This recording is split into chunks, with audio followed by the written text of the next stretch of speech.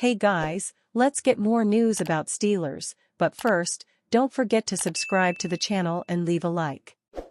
Graziano, Steelers would prefer to trade down if selecting defensive linemen.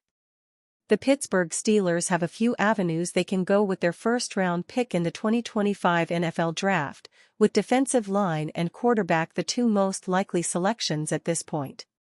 If the Steelers do go with a defensive lineman, ESPN's Dan Graziano believes they would prefer to move down the board and pick up another day 2 selection after trading their second-round pick to the Seattle Seahawks for DK Metcalf. If the Steelers are going to go DT in the first round, my sense is they would prefer to trade down a bit and add another day 2 selection if possible. They might need it if they're planning to address quarterback before the draft is over, Graziano wrote in his Insider News and Notes column. Trading down could make a lot of sense for the Steelers, especially if they feel they can still get an impact player. Oregon DL Derek Harmon has long been thought to be a Steelers target, and he has a formal meeting with the team at the Combine while also coming in for a pre-draft visit with the Steelers. Harmon could reportedly slide due to medical concerns, meaning the Steelers could potentially trade down and still get the player many had pegged for them to take at number 21. A trade-down scenario could also see the Steelers potentially target someone like Ohio State's Tyleik Williams or Toledo's Darius Alexander, another pre-draft visitor, although the first round might be a touch too early for the latter. Regardless, the Steelers will have options if they want to move back, and doing so and adding another day 2 pick might be one of the best paths for them to take.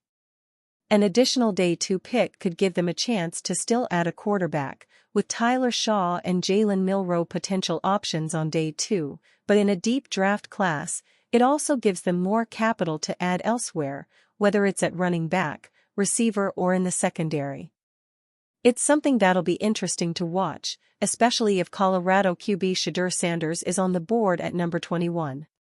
If the Steelers really like Sanders, and it seems like they do given Mike Tomlin's comments on him yesterday and reports saying his pre-draft visit went well, it might be hard for them to pass on one of the top quarterbacks in the draft and trade down. It'll come down to how much the Steelers really do want to address their defensive line, but the option of trading down in a deep draft class is certainly alluring. Shedeur Sanders felt like a top 5 pick at the beginning of the offseason. Now, just a day before the NFL Draft, there feels like a decent chance he ends up falling to the Steelers with the 21st overall selection. There are a lot of things to like about Sanders' game. While the Steelers are still waiting on Aaron Rodgers to make a decision, they could take a massive step in securing the quarterback position for the future by selecting Sanders. Former NFL quarterback Michael Vick has mentioned several times before that he considers Deion Sanders, Shedeur's father, a mentor. As such, he knows Shedeur well.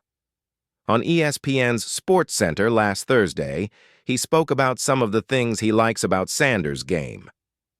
"Well, Shedeur does a lot of things I wish I could have done," Vick said, "especially throwing the football. His accuracy, his touch, his ability to find the open man is uncanny.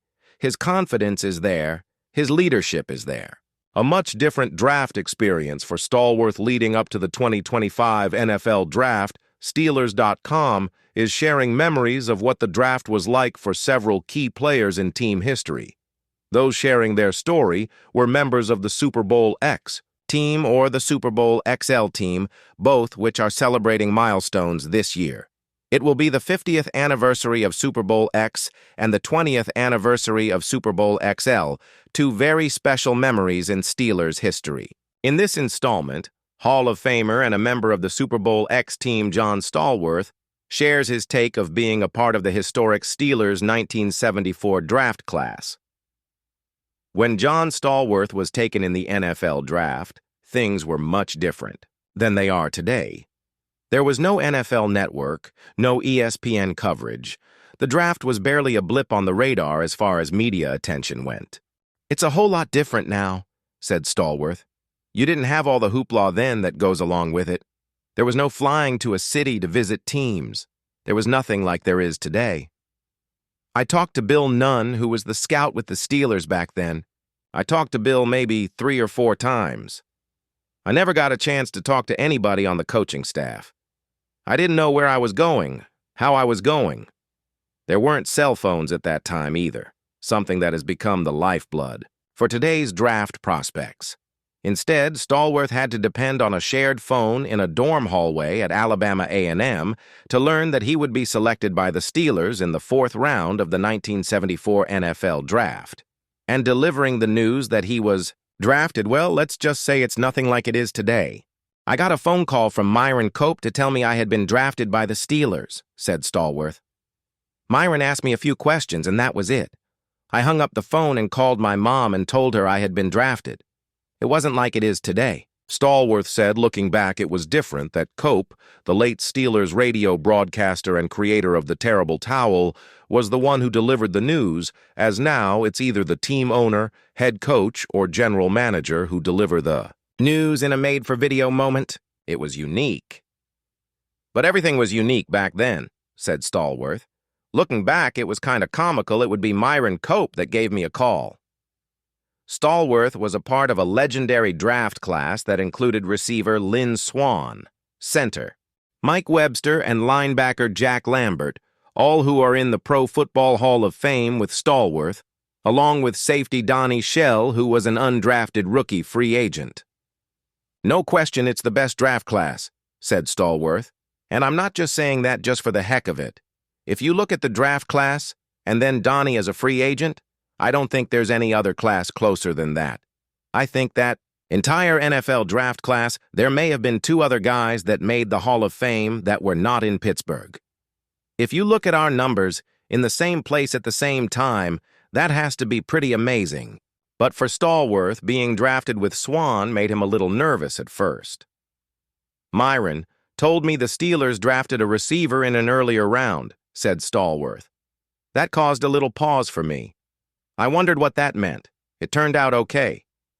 There is no doubt about that. Pittsburgh Steelers show late interest in top cornerback prospect.